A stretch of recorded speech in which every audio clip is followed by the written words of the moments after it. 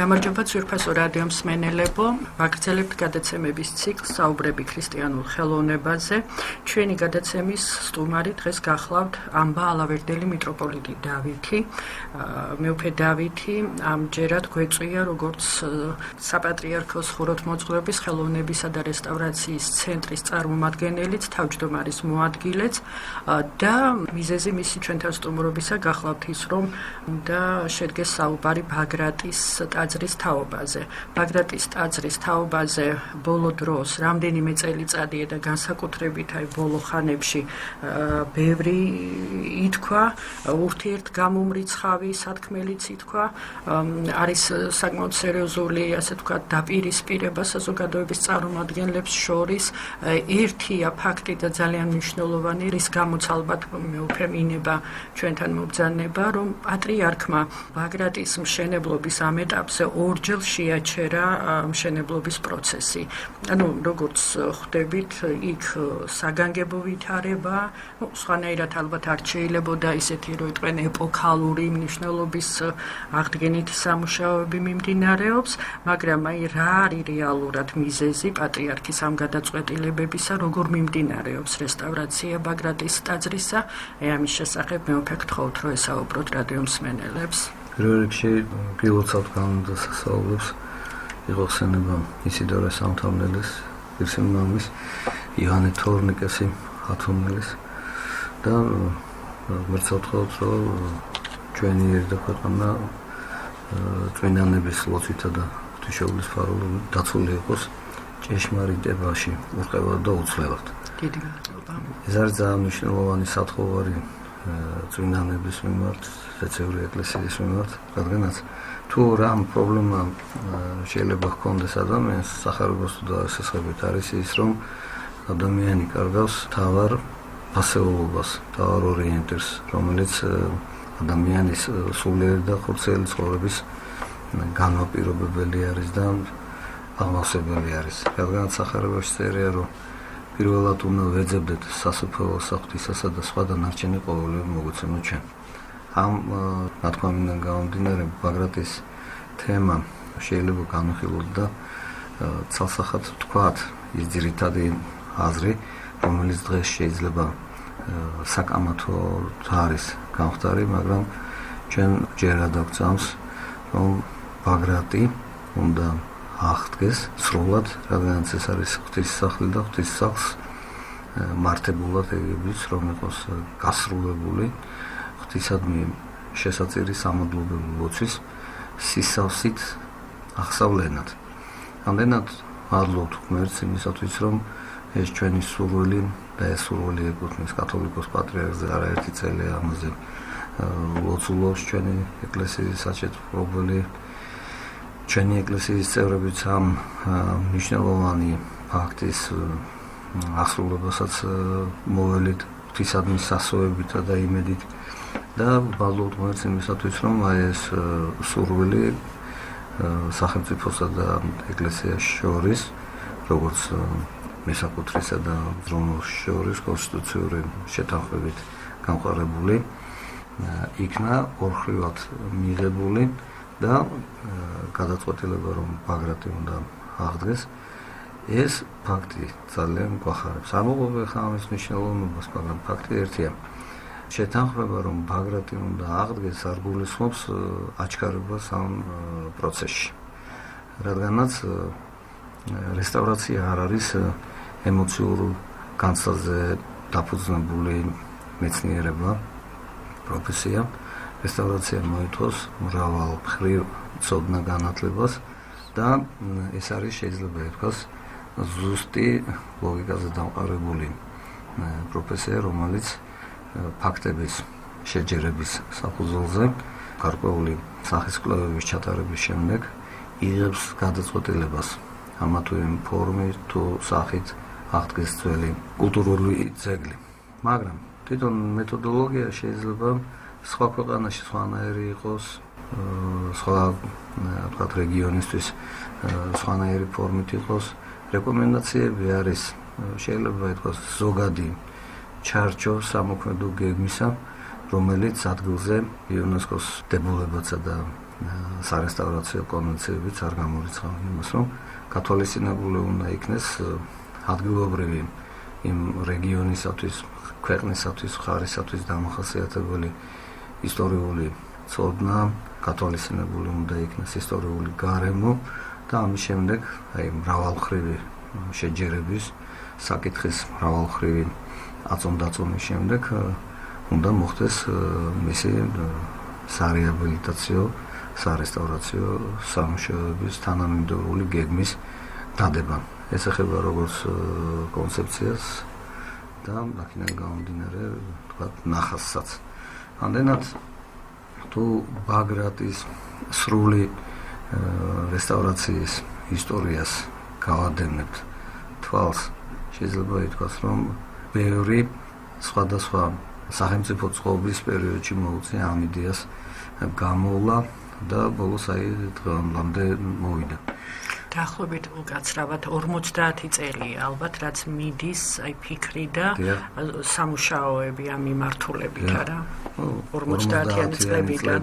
60-იანი წლები რომ ავიღოთ 50-60 წელი, ესე არის ეს ზრუნვა, თუმცა იმ პირველ ეტაპზე რა თქმა უნდა, სრული აღდგენის ვერსიაზე ფიქრიც კი ზედმეტი იყო. რატომ მეუფეა ამის შესახებ? რადგანაც ეს განეკუთვნება იმ პერიოდს, როდესაც ჩვენს ქვეყანაში ეკლესია იდევნება პირდაპირ და აშკარად, შეიძლება ითქვას, აბსურდამდე მისული კანონები იყო და ერთ-ერთი ამის სამაგალითოდ საკმარისად გამოკვეთავს იმ პერიოდის სულისკვეთებას ეკლესიას აკრძალული ჰქონდა ქველმოქმედების გაკეთება. და ჩვენ თაობას, უფროს თაობასაც ახსოვს, აღდგომის დღესასწაულზე როგორ იწერდნენ, თუ ვინ მიდიოდა, ვინ პარტიული მუშაკი, ვინ თქვათ ახალგაზრდული იმდროინდელი ორგანიზაციის კონკავშირლები, თუ ვინმე მიდიოდა, როგორი დევნა იყო იმ დროს, რა თქმა უნდა, ამას არც იფიქრებდნენ. საჭიროება არ იყო, ასე რომ ვთქვათ, არა აღდგენისა. შეიძლება ის ნაწილი მრევლის ამის აუცილებლობას ხედავდა, მათთვის ამის თქვათ მოთხოვნა საჭიროებაც იყო, მაგრამ არ იყო ის გარემო, რასაც ამხელა საპასუხისმგებლო საკითხი შეიძლება ეტვირთა თავის პასუხისმგებლობაზე აეღო და მას ხალხისაგან ჯეროვანი თანაფარდი მოთხოვნა შეხვედროდა. გულისხმობ კონკრეტულად იმას, რომ ჩვენი კათოლიკოს პატრიარქის უწმინდესის და უნიტარესის მრავალმხრივმა დაუღალავმა ზრუნვამ და შრომამ შედეგად მოგვცა ის, რომ მრევლი ეკლესიის გაიზარდა და შეიძლება ითქვას, რომ არის მთელს სამართალმადიდებელში ყველაზე ახალგაზრდა მრევლი, იმიტომ რომ თაობა აქ არ არის მხოლოდ შუახნის ან ასაკიანი. აქ არის ახალგაზრდები, ჩვილებიც კი დახავთ, მშობლებს პატარებიც დადიან, ანუ ეს არის მთელი ერის, შეიძლება ითქვას, დღევანდელი, როგორც პატრიარქი ხშირად ამბობს, სულიერი ავტოპორტრეტი, რომ პატარები, დიდები, მაწვილები, მშობლები, შუახნის თაობა და უფროსები ყველანი გრანულ ტაძარში. ეს გამოიწვია პატრიარქის ამ დაუღალავმა შრომამ.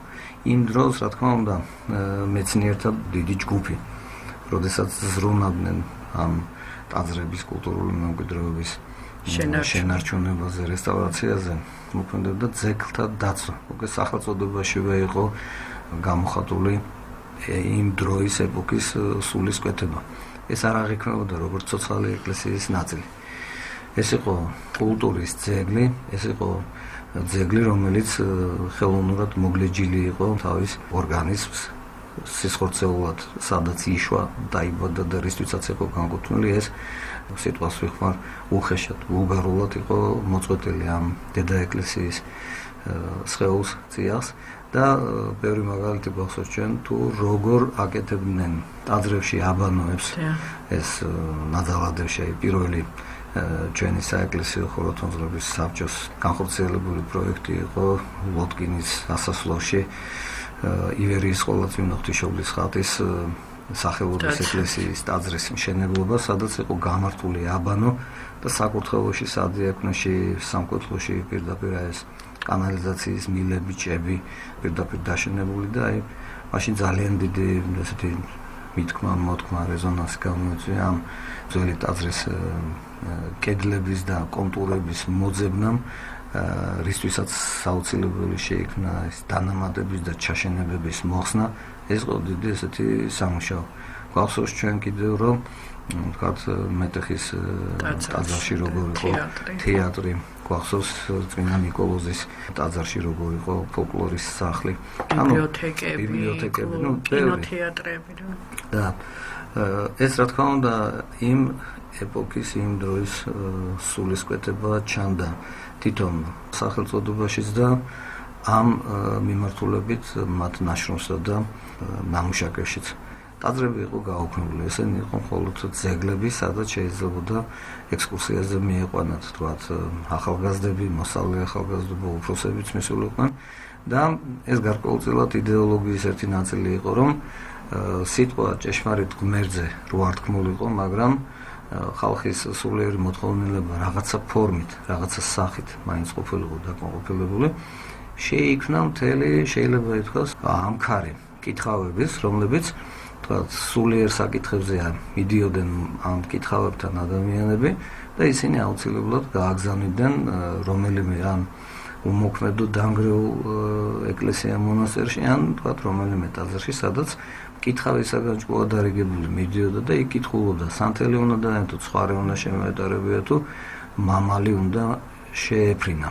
ან ნატრის ხესთვის შეება კიდე. ან ნატრის და ეს ფაქტები დღესაც არის, ანუ ეს ცილის წამება და ცრულწმენა დღესაც გავრცელებული არის და ხშირად ესეთი ის იყო დამოკიდებულება, რომ ნანგრევი უფრო ლამაზია და თქვათ იქ მერე რა რომ სახურება არ არის, თქვათ, აი ეს რომანტიულია და იქ თქვათ დალაგებაც კი არაფრის არ შეიძლება, ხელის დადებაც კი, იმიტომ რომ ეს ნანგრევი ესე უნდა დარჩეს და თქვათ აზრიც კი იყო გაბატონებული, რომ მთელი ევროპა და დასავლეთი კულტურა აი ამ კონსერვაციისა და აი ამ ნანგრევების შემონახვით დღესაც სუნთქავს და სულდგმობს. და ეს პერიოდი შეიძლება ითქვას, რომ იმდენად მძლავრი იყო, რომ მე-20 საუკუნის 50-იანი წლების კულტურის მუშაკთათვის, არქიტექტორ რესტავრატორებისათვის ფიქრიც კი იმაზე, რომ უნდა აღედგინათ ტაძარი თავისი სრული ფორმით, ეს იყო ყოველად წარმოუდგენელი. არ გულისხმობ მხოლოდ ბაგრats. პატარა ტაძრებიც კი პირდაპირ რეკომენდაცია იყო მიცემული რესტავრატორებზე კონსერვაციის და თუ თქვათ აშკარად მაინც ეთყობოდა თუ სად უნდა ყოფილიყო კანკელი, იმ კანკელებსაც კი ხსნიდნენ. თვლიდნენ რომ ეს არ იყო თქვათ ისეთი მნიშვნელოვანი კულტურული მემკვიდრეობა და ამიტომ თქვათ მისი თავისუფლად მოხსნა შესაძლებელი იყო. მუზეუმში გადაგონდათ. მუზეუმში გადაგონდათ ესენი და გარკვეულწილად ეხა იმ პროცესს რო დაუკვირდეთ საქმიანობას, აი ესეთ მიდგომას თავისი სიკეთეც ქონდა, იმიტომ რომ ბევრი გადარჩა. შეიძლება იქ თავის ადგილზე რო დარჩენილიყო უბრალოდ დაღუპულიყო და განადგურებულიყო გულისხმობ ხის კანკელებს. მაგრამ ფაქტი ის არის, რომ თანდათანობით ადამიანები დაცილდნენ ღმერთს და მათთვის ცოცხალი ღმერთის აღქმა დარჩა მხოლოდ ნანგრევი მკვდარი ტაძრების ასეთ რომანტიულ მოწონება არ მოწონებაზე.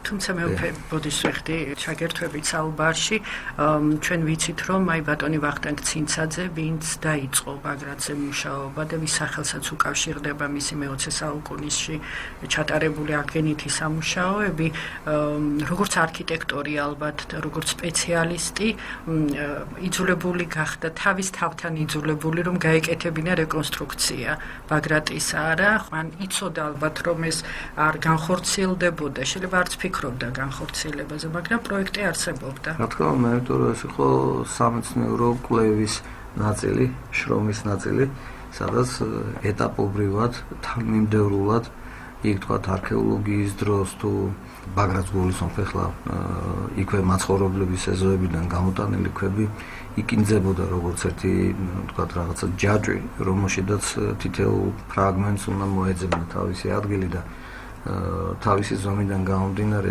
ნატურაში ამისი ადგილის მოძებნა და განსაზღვრა ესე ძნელი იქნებოდა, ამიტომ ბატონი ვახტანგის და მის გვერდით მდგომი ადამიანებიც ცდილობდნენ რომ ეს დიდი ზომის ტაძარი გადმოეტანათ ფურცელზე და ამ ფურცელზე ყოფილიყო დაუსრულებელი ექსპერიმენტები.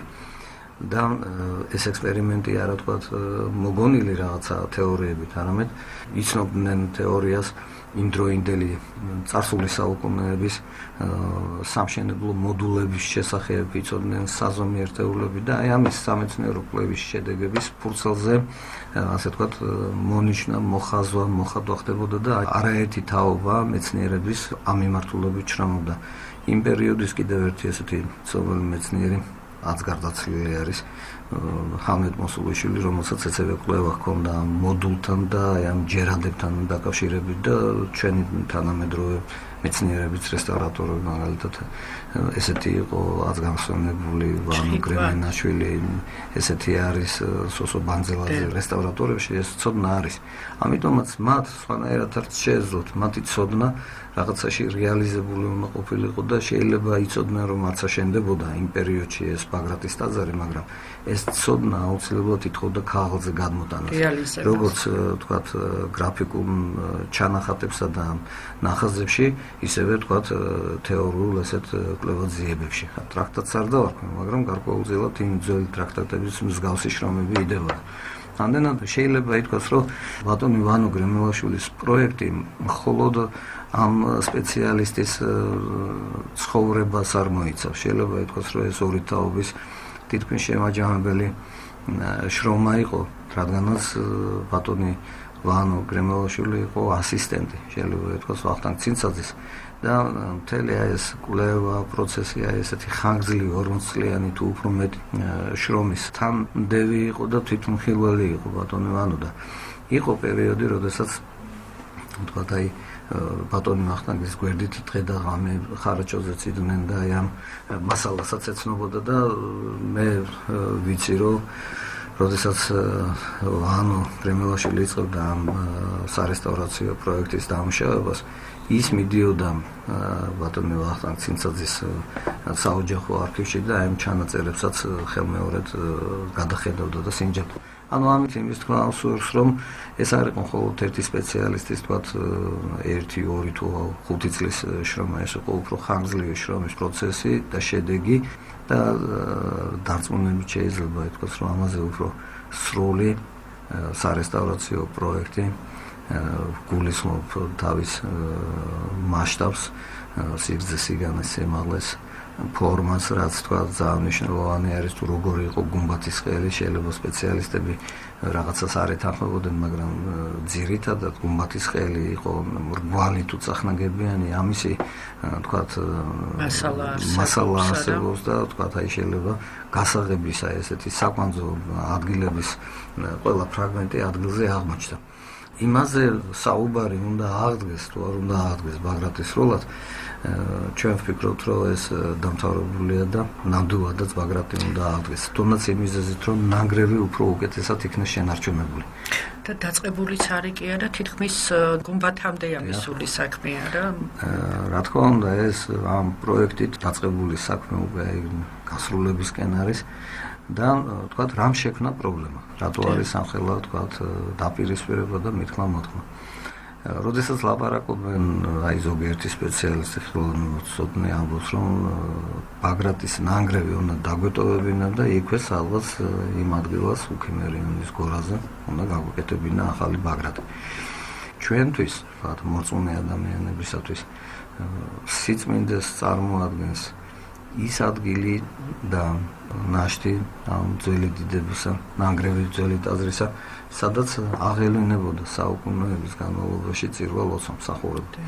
ამიტომაც ჩვენ თუ ახალი ტაძარი გვინდა, ეს სრულიადად სხვა ადგილას შეგვიძლია გავაკეთოთ, მაგრამ როდესაც ლაპარაკი არის სიწმინდეზე და ბაგრატის სიწმინდეზე, ზუსტადაც ის ძველი შენობა უნდა იყოს ჩართული ტაძრის შენობის ახალ ნაწილში, რომ მომავალმა თაობამ თვალი გაადევნოს.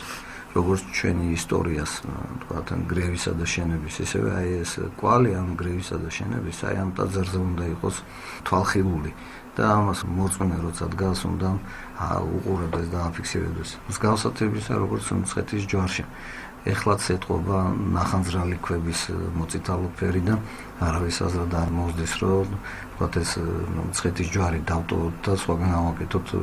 ჩვენთვის სიწმინდე არის ის ადგილი, სადაც მირიან და ნანას დროს წმინდა ნინოს ლოცვით აღიმართა ჯვარი, რომელზეც დიდი სასწაული გამოცხადდა და ეს ჯვარი იყო გარკვეულწილად ნიშანი ღვთის სათნოყოფობისა, რომ ქართლი გაქრისტიანდა. ამიტომაც ასევე სვეტი ცხოველი, ასევე ალავერდი და ყველა სამთავისი. ამიტომაც ჩვენი წინაპარი ცალსახად უდგებოდა თავისი წმინდაებს იცავდა.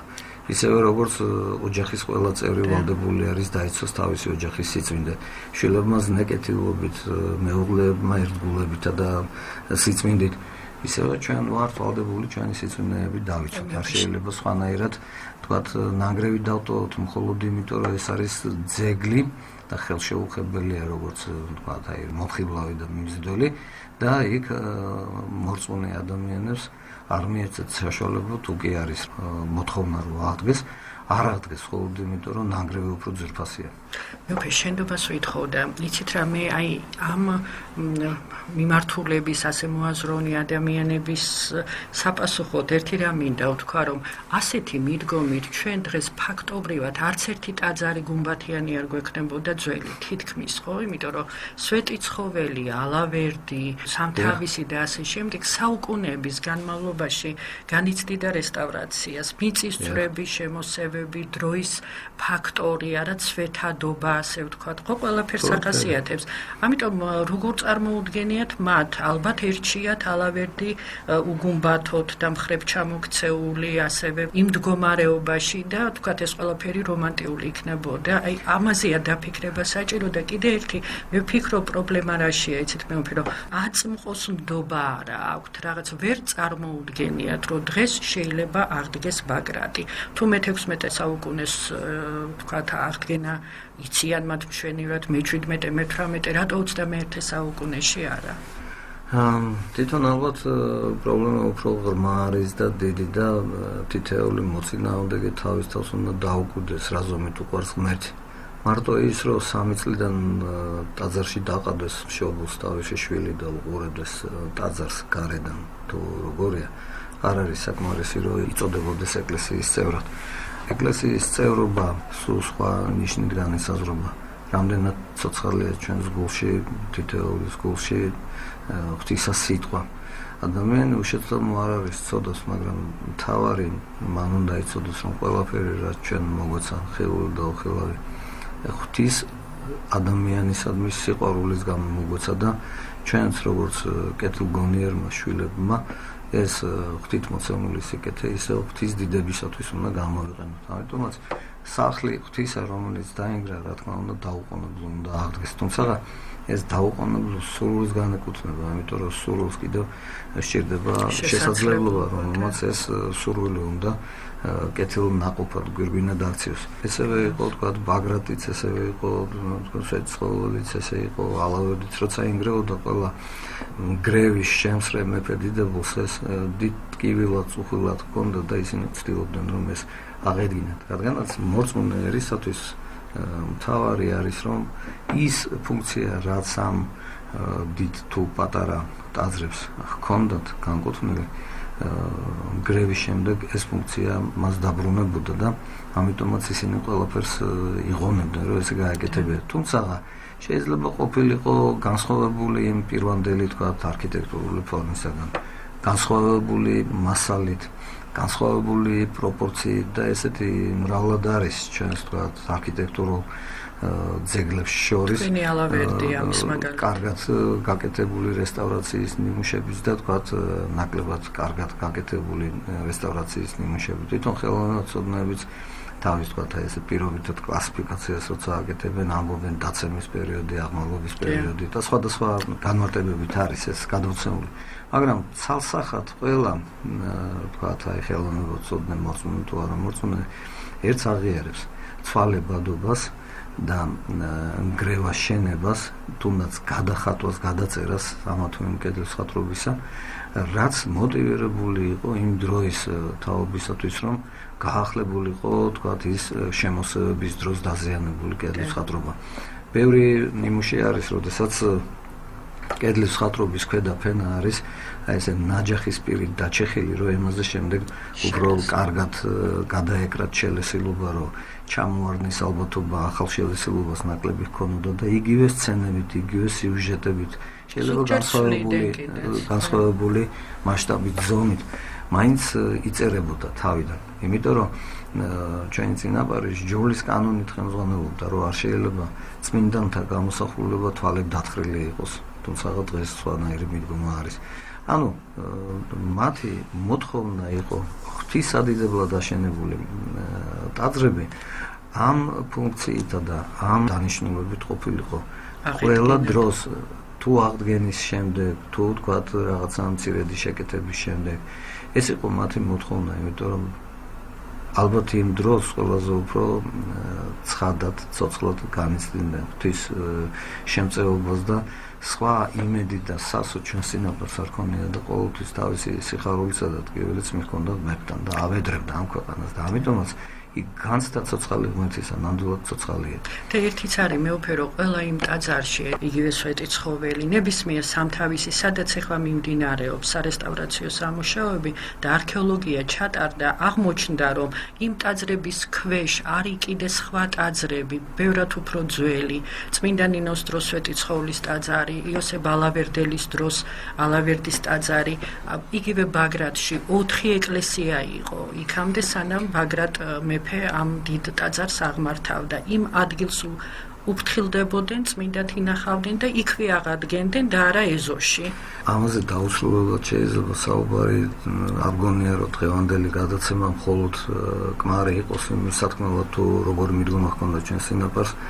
თვითონ ბაგრატის თემა დღეს ძალიან ისეთი აჟიტირებული არის რაღაცა მიზნების გამო, სხვადასხვა ჯგუფებსა და მიმართულებებს, მაგრამ ის რომ ჩვენთვის სიწმინდეა მნიშვნელოვანი და ამ წმინდა ადგილას, ჩვენი წინაპრებისაგან ნალოც ადგილას, ზუსტადაც ამ ადგილას, ამ ნანგრევების აღდგენით, ამ ნანგრევების მოწესრიგების შემდეგ, გასრულებულ ღვთისმსახლებში, ტაძრებში, ეკლესიებში, ახალმა თაობამ, მომავალმა თაობამ უნდა ელოცოს, ეს არის სწორი დამოკიდებულება და ამის ნათელსაყოფად ერთ მაგალითს გავხსენებ, ჯვრის მონასტერი, რომელიც აგებული არის ქართული მეფეების დიდი შრომითა და ღვაწლით იერუსალიმში, ამ წინა მიწაზე.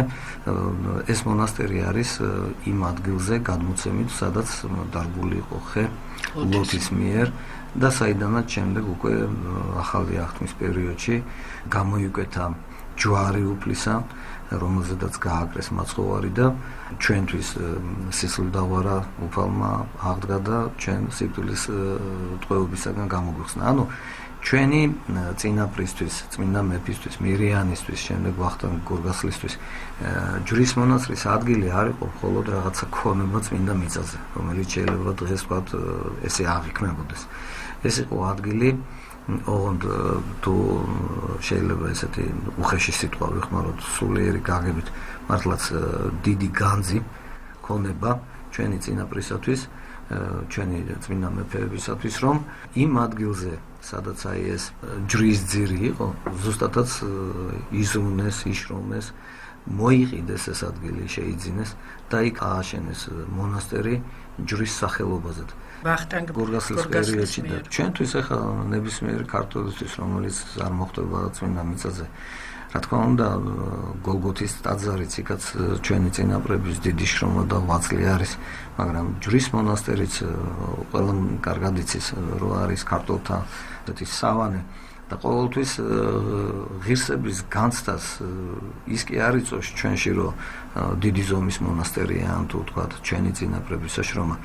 არამედ ის, რომ ჩვენი წინაპრების შრომას საფუძვლად ედო სიწმინდისადმი ლტოლვა და მისი პატივისცემა. თორე აკე ვამბობ, ხა დღეს შეიძლება იერუსალიმში წმინდა მიწაზე ნაკვეთის ქონება არის მართლაც და რაღაცა შეიძლება ვიღაცა მიფიქროს მე ამ ქონებით რაღაცის თქვათ მატერიალურის გამოჯობესება, მაგრამ ჩვენ სინაპრებს ეს სრულიად განსხვავებული კონტექსტით ჰქონდათ გაცნობიერებული.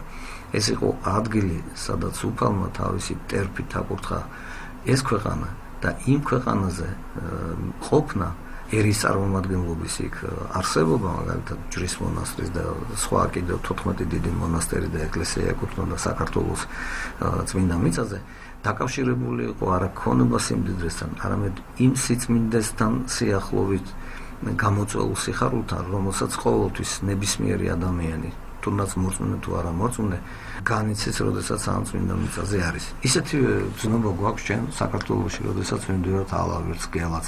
აი ახლა ორი დღის წინ ვიყავით მე და მეუფე იაკობი კორეპისკოპოსი უწმინდესეს და უნიტარესის ჩასულობდი ბაგრატზე და შემდეგ მოვილოცეთ გელათი. ეს საოცარი განცდა. არ დაიღლება გული და გონება, რომ აღფრთოვანდეს ყოველთვის სიწმინდესთან მიახლოებით.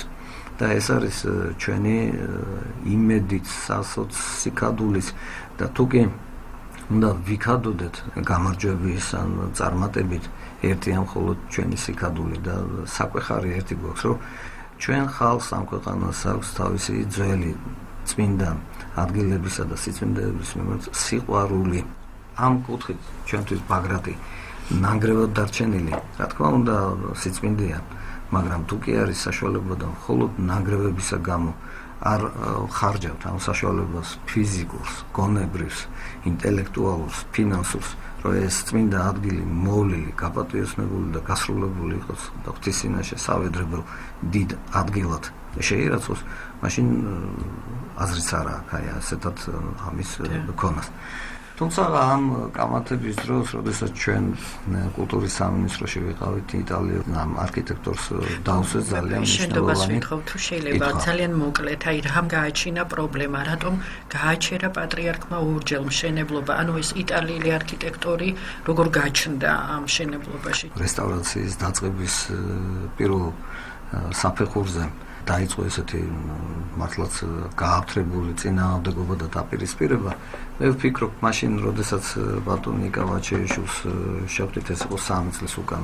მაინც ალბათ ეს იყო ის, რომ არ მოხდა ამაზე ჯეროვანი მსჯელობა, საზოგადოება არ იყო ინფორმირებული და შემდეგ დაინტერესებულმა, ვთქვათ, მიკერძოებულმა მხარემ იქ არსებული სინამდვილე წარმოაჩინა ხაზგასმით გამწვავებული ფორმით, რასაც მოხდა უარყოფითად, რასაც გაიგზავნა წერილები. ახლა პირდაპირ აი აქედან იგზავნებოდა წერილები, ტენდენციური წერილები, საჩივრები იუნესკოში, რომ აი ეგ ყველაფერი აი ესეთი იმით მოხდა. იქ ბევრი იყო ლაპარაკი, რატო არ აღდგა კირით. თქვენ გულისხმობთ შენდობას ვითხოვ 2008 წლის შემდგომ და ამ პერიოდში, როცა დაიწყო უკვე მშენებლობა ბატონ ივანოს აი ამ პროექტით. როცა პროექტის მუშაობა დაიწყო და თქვათ ამ პროექტის შემდეგ მოხდა უკვე პრაქტიკულად ამ რესტავრაციის დაწყება. ერთი უნდა აღინიშნოს, რომ პირველ ეტაპზე, საწყის ეტაპზე ბაგრატის დაცვის ამოქმედების რამდენიმე ვერსია იყო. იყო ბატონ კახა ქორძის პროექტი წარმოდგენილი, რომელიც უგულებელ ყოფილი იქნა, იმიტომ რომ ეს არ არის წირვა ლოცვა, ჩვენ შეიძლება ღია ცისქვეშ ავღოცრულოთ, მაგრამ არა თქვათ რაღაცა შემინული და ვიტრაჟების და პასაჟების და რაღაცა ესე ვერ ავღოცრულოთ. ერთი და ორი შემთხვევა შეიძლება იყოს, მაგრამ ისე რომ ამას ეკავს ღვთის სახლი, ჩვენთვის ღირებული ღვთის სახლში გასრულებული სიმბოლო ხატია, ვინმე მხოლოდ ნანგრევი, რომელიც ნაკლული არის და არაფერს არ გადმოსცემს. მერე იყო, ვთქვათ, სხვადასხვა შემოთავაზებები, მაგრამ გავიმეორებ ბატონ ივანო გრემელაშვილის პროექტი შეიძლება ითქვას ყველაზე სრულყოფილია და სრულფასოვანი და პატრიარქმა და საპატრიარქოს საბჭომ და კულტურის სამინისტრომ მოიწონა და შეითანხმა ბატონ ივანო გრემელაშვილის პროექტი, რომლითაც გადაწყდა ამ მშენებლობის დაწყება. ნაწილი იყო, ვთქვათ, ორგანიზაციები, ეს იკომოსის წარმომადგენლობა არის საქართველოში და იუნესკოს წარმომადგენლობა არიან, რომლებმაც აი ეს ტენდენციური წერილები დაწერეს, რომ თითქოს რკინა-ბეტონის გამოყენება ტაძარს აზიანებს და უკარგავს იმ მსგავსებას იმ ძველთან, რაც თქვათ ჩვენამდე მოაღწია. ავთენტურობას, ამ სიტყვას ხშირად ხმარობენ. როცა ინგრევა ტაძარი უკვე ის კარგავს თავის ავთენტურობას, თუ ავთენტურობის დაცვაზე მიდგება ანუ მსგავსებას უკვე დაინგრა და იმ დანგრევისას ბევრი მისი კუთვნილი თავდაპირველი ნაწილი დაიკარგა, განადგურდა. მაგრამ თუ ჩვენთვის მთავარი მაინც იქნება, რომ ის როგორც ღვთის სახლი უნდა იქნეს მოქმედი და იქ მსახურება უნდა აღევლინებოდეს და ამ მოთხოვნას აყენებს პირველ რიგში ეკლესია, მორწმუნე ერი მრევლი და კათოლიკოს პატრიარქი აკურთხებს ამაზე მუშაობის დაწყებას, მე ვფიქრობ, რომ ყველა ამას გაგებით უნდა მოეკიდოს და ამ საერთო დიდი მიზნისაკენ აუჩქარებლად ცოდნით და ესეთი მიდგომით უნდა მოხდეს ამ სანუკვარი მიზნის მოპოვება, მიღწევა. იქ ხშირად აი ეხლაც მომიწია ამ დღეებში საარქივო მასალის ნახვა ინტერნეტით და ისმის კითხვა რატო არ გაკეთდა კირით მაგალითად.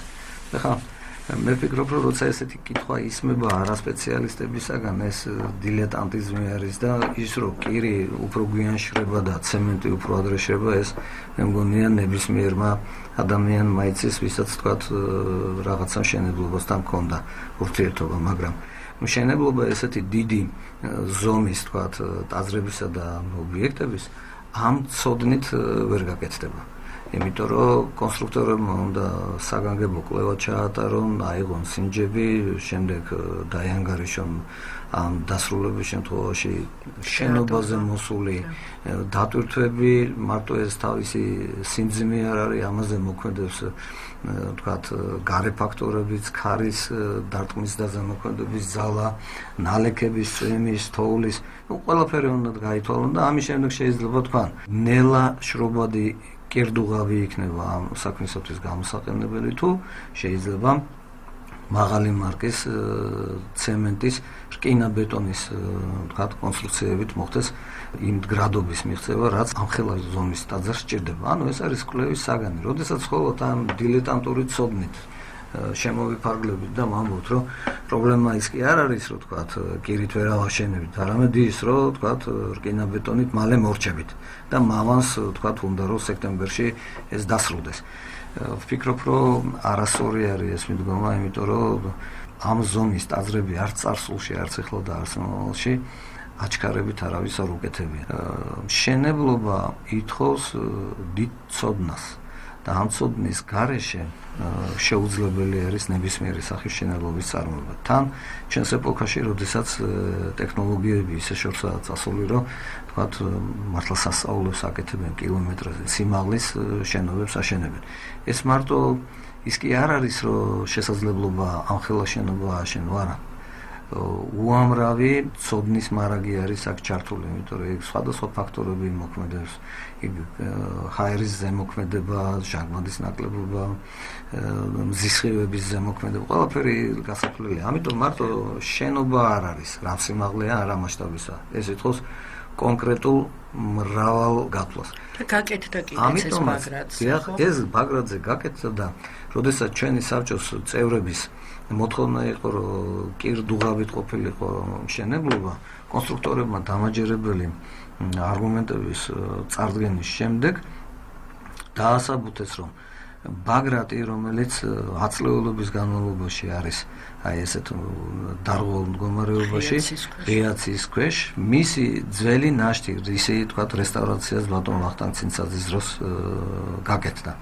და ის კოლონები, რომელიც იქ უბრალოდ მართლაც ბუტაფორია იყო იმ ფორმის ხაზგასასმელად თუ როგორი იყო დასრულებული ბაგრატი ამის საჩვენებლად, ვერ დაინდობდა იმ დატვირთვას სიმძიმეს, რომელიც ექნებოდა გასრულებულ ტაძარს. ამიტომაც გადაწყდა, რომ მშენებლობის დროს გასამაგრებლად გამოყენებულიყო რკინა-ბეტონის კონსტრუქციები და მასალა. თქვათ მაღალი მარკის ცემენტი და თქვათ მაღალი ხარისხის არმირებისათვის ლითონის მასალა. იქ ლაპარაკი არის, რომ თქვათ არქეოლოგია მოისპო მთლიანად და განადგურდა. ესეც დილეტანტიზმის ერთი უსაფუძვლო ცილისწამება არის, პირიქით მოხდა. როდესაც ლაპარაკი იყო კონსტრუქტორების მხრიდან, რომ ლენტური საძირკველი ყოფილიყო, რაც თქვათ უფრო აადვილებდა მშენებლობას, იქ ზუსტადაც ითქვა სპეციალისტების მიერ, რომ ის არქეოლოგია, რომელიც ბაგრატის ტაძრის შიგნით მიმდინარეობდა, ზუსტადაც ამ არქეოლოგიურმა სამუშაოებმა გამოამჟღავნა ის, რომ ლენტური საძირკვლის გაკეთების შემთხვევაში არქეოლოგია ნამდვილად დაიღუპებოდა და განადგურდებოდა. გადაწყდა იმ 50-იანი, მე-20 საუკუნის 50-იანი, 60-იანი წლების რესტავრაციის დროს მიღებული ეს კოლონები დაშლილი იყო, მომხდარი იყო ამ საკმაოდ დიდი ზომის კოლონების შუაგულის დაბრუნვა, ბურღი დასწვდა კლდეს და კლდეს დაებჯინა მთელი ეს კონსტრუქცია და გამაგრდა და აი ესე თქვათ წერტილოვანი მყარი ადგილების სიმრავლის შექმნით ტაძარმა უნდა შეიძინოს და შეიძენს კიდეც დასრულების შემთხვევაში თავის სიმტკიცეს, მდგრადობას. თუ ძველი ტაძარი 6 ბალიან სისტემაზე იყო გათვლილი და თქვათ აი ამ ნანგრევის შემთხვევაში ამასაც ვეღარ გაუძლებდა, ახალი კონსტრუქცია ტაძარი გათვლილი 8 ბალიან სისტემაზე და აი ამ სიმტკიცის შენობა რა თქმა უნდა თანამედროვე ჩარევას ითხოვდა. მაგრამ ნუ დაგვავიწყდება როცა ხმარობთ სიტყვას მოპირკეთება. ვინ რას დაარქვეს მოპირკეთება? შეიძლება თქვათ კაფელის ფილა, რომელიც სისქით არის სანტიმეტრი და ცოტა შეიძლება მეტიც იყოს, თქვათ სანტიმეტრი ნახევარი მაქსიმუმ, ყველაზე უფრო დიდი. იმასაც მოპირკეთების ფილა ჰქვია და თქვათ ბაგრატის შენებლობის დროს გამოყენებული ეკლარის ქვა, რომელიც ხელით არის გათლილი და მისი სისქი არის 10, 15, 20, 25 სანტიმეტრი. ახლა ამასაც მოპირკეთების ქვა ჰქვია. ჩვენ გვაქვს ის რომ აი გულში ქვასა და ქვას შორის არ ჩავასხით კირდუღაბის ხსნარი და თქვათ არ ჩავყარეთ ეს წვრილი ფრაქციის ქვები. მაგრამ აქ თქვით რომ თუ ჩვენ საბოლოო შედეგზე ვართ ორიენტირებული რომ ტაძარი რომელიც ლოცვის დროს უნდა იყოს მყარი და იქ შიში არ უნდა გქონდეს. მართლა ეხლა ქუდებით ხო არ დავდგებით იქ ტაძარში რომ თქვათ მეშახტის ქუდებით რომ იმის შიშით რომ რაღაც არ დაინგრეს. ამიტომაც ამ მოითხოვა ახალი მასალების გამოყენება რკინაბეტონს გულისხმობ და კლდეზე დაბჯენით, რომ ამ ტაძარს შეძლებოდა დასრულების შემთხვევაში უსაფრთხო ყოფილიყო ყველანაირ მეტეოროლოგიურ პირობებში. გაეძლო ყველაზე მაღალი ბალიანი თქვათ მიწისძვრისთვის ღმერთო დაგვიფაროს. და რომ იქ კედლები ვიზუალურად უნდა ყოფილიყო ძველს მსგავსებული ავთენტური, იმიტომ რომ ქვა, რა თქმა უნდა, ძველდება, ხანდაზმულობა ქვასაც ეტყობა, შეიძლება ფერი იცვალოს და ნაიტკიჩოს. და ის რომ დღეს ახლად გათლილი ქვა არის შედარებით უფრო ცოცხალი და ხასხასა ფერის, ეს არაფერს არ ნიშნავს. იმიტომ რომ ჩვენ ავედით გუმბათის ყელში, მთელი ეს ხარაჯი გავიარეთ. აი ნამდვილად ძალიან კარგი სანახავი არის გათლილი ქვით გადაყვანილი კონქი, გათლილი ქვით შემოწყობილი გუმბათის ძირი, გუმბათის ყელი და შემდეგ ალბათ ხარაჯო რო ჩამოესნება გათლილი ქვით გადასრული ეს ნახევარი სფერო. და რატომ უნდა ყოფილიყო მაგალითად შუშა? იმიტომ რომ ჩვენი ტრადიციული სამეტყველო ენა, საღვთისმეტყველო სამეტყველო ენა ტაძარ მშენებლობაში არის ქვა, სხვადასხვა ჯიშის ფერის ქვა. ეს ჩვენ სინაპარს ცოდნა ჰქონდა და სად როგორ მიუწდებოდა თხელი ისე გააკეთებდნენ და შერჩევითაც მოჰქონდათ, იმიტომ რომ მაგალითად ალავერჩი ჩამოტანილი არის თეზმის ქვა, მომწვანო შავი ამნისფერი, ანუ ეს მეტყველებს იმაზე, რომ ჩვენმა წინაპარმა კარგად იცოდა ქვიების მდგრადობა, სად რომელი იძებნებოდა, საბადოსაც შეიძლებოდა მსგავსი ყოფილიყო ფერადოვნება დამუშავების შემდეგ. გათლის შემდეგ რა სახეს იღებდა, ეს მხატვრული გემოვნება ძალიან მაღალი ჰქონდა ჩვენ წინაპარს. ამიტომაც, როდესაც დღეს საკითხი დადგა, როგორ უნდა აშენდეს ბაგრატი, რა თქმა უნდა, ჩვენ საეკლესიო ხუროთმოძღვრების საბჭოს წევრები, პატრიარქი და თქვათ მრევლი, ყოველთვის ამჯობინებთ ტრადიციულ მიდგომებს. თუმცა ახალი მასალით, იმ მასალით, რომელიც გამძლეა, მყარია. იმიტომ რომ სხვა ალტერნატივა არის, რომ ეს მარაგები უკვე იცლება. ადრე თუ ეს ქვის საბადოები უპირატესად ხმარდებოდა ტაძარშენებლობას, დღეს თქვათ ხელმისაწვდომობამ ამ საბადოებზე გამოიწვია ის, რომ ეს მასალა გამოიყენება თქვათ სასახლეების, საკონცერტო დარბაზების, ფილარმონიების, თქვათ სასტუმროების, რესტორნების საშენებლად და ფაქტობრივად მარაგები იწურებოდა, ამიტომაც ეს ეხლა რთულია. თანხმდებით თქვათ ახალ მასალას სიტყვაზე შეიძლება აგური და ბლოკითაც კი აშენდეს მცირე და საშუალო ზომის ტაძრები, მაგრამ აუცილებლად ვცდილობთ რომ გავიმეოროთ ფორმა. ეს შეიძლება არ მოგწონს და გვირჩევნია რომ ქვითვე გაკეთდეს, მაგრამ ეს ყველა შემთხვევაში არაა შესაძლებელი. საპატრიარქოს ხუროთმოძღვრების საბჭოზე იქნა პროექტი დამუშავებული და ამ პროექტით უკვე აშენდა რუსთავში ტაძარი, რომელიც მხოლოდ ტრადიციული სამშენებლო ტექნოლოგიით არის გაკეთებული. გარდა იმისა, რომ ტრადიციული სამშენებლო მასალა არის გამოყენებული, ტექნოლოგიაც ტრადიციული არის. თქვათ, კირდუღავზე არის გაკეთებული, რკინის არმირებები მხოლოდ ერთეულ ადგილებზე არის ეს ჩართული, მაგრამ ფანჯრების ადგილებიც ახალია. მცირე ზომის არის და მთლიანად არის საძირკვლიდან ვიდრე გუმბათის ჯვრის ძირამდე და ჯვარი ძველი მასალა და ძველი ტექნოლოგიით. ასე რომ თუ არის გონივრული ამ ძველ ტრადიციას აუცილებლად ვიცავთ და მივსდევთ და ამითი შეიძლება დავამტკიცოთ კიდეც ის, რომ დღესაც შეგვწევს და გვაქვს ურარი ცოდნისმიერი მშენებლობის წარმოების კუთხით და ხატრული აზროვნების კუთხითაც შეიქმნას ისეთი ჯეროვანი ნიმუშები, რომელიც არ ჩამოუვარდება ძველ ნიმუშებს. რატო ვამბობთ ამას, რომ დღეს, როდესაც ლაპარაკი არის, რომ ბაგრატის ტაძარი კარგავს ავთენტურობას და ზოგიერთი ხელოვნებაცოდნე და მეცნიერი იძახის, რომ ჩემთვის ბაგრატი მოკვდა, ეს ვერანაირ კრიტიკას ვერ უძლებს და ეს თქვათ არ არის სწორი აღქმა საკითხისა. იმიტომ რომ ახლა რამდენი ადამიანიც არის, თქვათ, ყველა შეიძლება იმდენი ემოციით მიუდგეს საკითხს და ჩვენ თუ ამგვარად მიუდგებით აი ამ საკითხს, რა თქმა უნდა, შედეგი იქნება ყველაზე ესეთი საზეანო. ამდენად ერთი შეიძლება ითქვას დასასრულს, რომ ბაგრატის მშენებლობის საკითხთან დაკავშირებული აზრთა სხვადასხვაობა გამოწვეული არის სამწუხაროდ ნაკლები პროფესიონალიზმით, ნაკლები ღვთისასიყვარულისგან და ნაკლები აი ესეთი აუცილებლობის განცდისაგან, თუ რისთვის გვჭირდება ჩვენ ტაძარი. ტაძარი არ არის დეკორაცია და ტაძარი არ შეიძლება გახდეს ძეგლი და ტაძარი არ არის ადგილი, სადაც შეიძლება სხვადასხვა გასართობი პიკნიკები მოვაწყოთ ან თავყრილობის ადგილებად ვაქციოთ.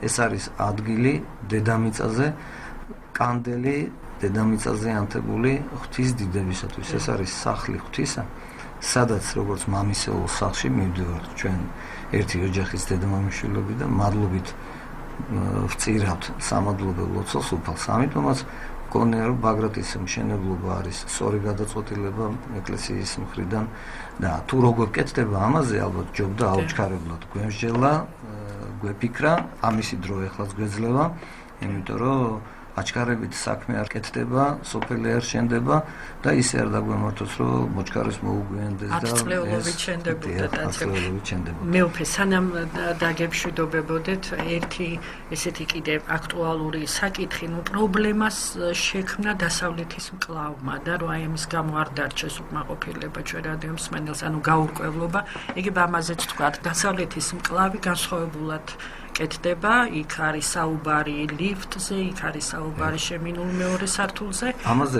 ცალსახად შეიძლება ითქვას, როდესაც კულტურის სამინისტროს და საპატრიარქოს საბჭომ მოიწონა ეს ბატონი ვანო კრიმულაშვილის პროექტი, ეს პროექტი გულისხმობდა დასავლეთ მკლავსაც, აღმოსავლეთ, ჩრდილოეთ და სამხრეთ და გუმბათის ყელსაც.